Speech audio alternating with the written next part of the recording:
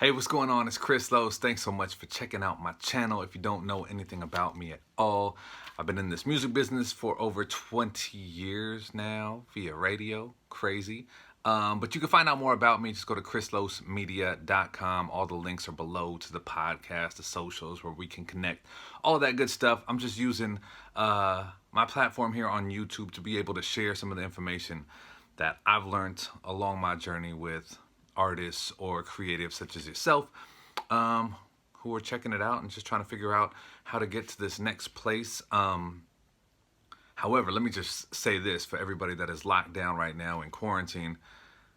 Is it me, or have you just started to notice that there's like always a gardener outside? Anyway, I'm here in Southern California. I feel like there's a gardener here Monday through Sunday at some point of the day. But anyway, let me get to this question. I got it on Instagram, Jeevo Dreams. Appreciate this question. Does an artist dictate his or her scope, or should they simply focus on making great art? Great question.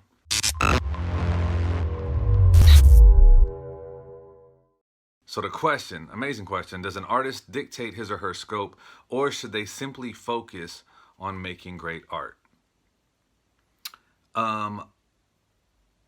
I kind of don't understand the first part. I get what you're saying. Does an artist dictate his or her scope? 100%.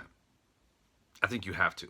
I think if you're just in it to emulate or duplicate something else that's kind of happening, ultimately you fail, because what do you do when the person that you're following or emulating runs out of ideas? Then you got a problem. So I think you just got to focus on making art. I'm going to encourage you to absolutely focus on making art. And if it's not in you, you shouldn't be an artist. Don't do it for the gram. Don't do it because it's the cool thing to do, because it looks fly and it looks like it makes a lot of bread and it looks like you'll be really popular. As an artist, you want to share things. The best artists are the ones that nobody's seen before, doing something completely different that they've never seen or heard or even thought about before.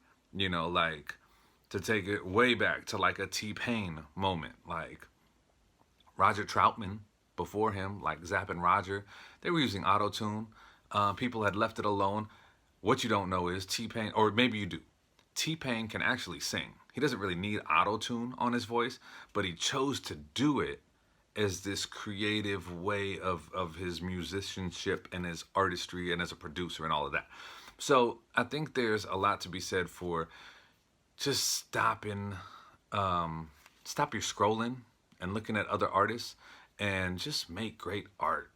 The world needs your perspective, your take, your vocal, your production, whatever it is.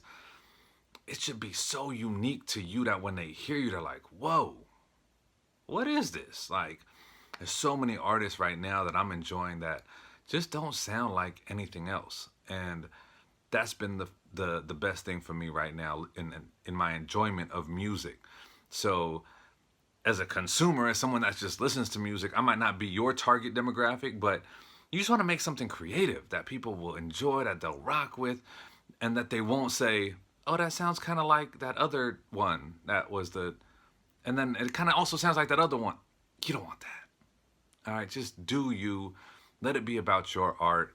It's going to land wherever it's going to land, but allow it to do that. And if it's really in you,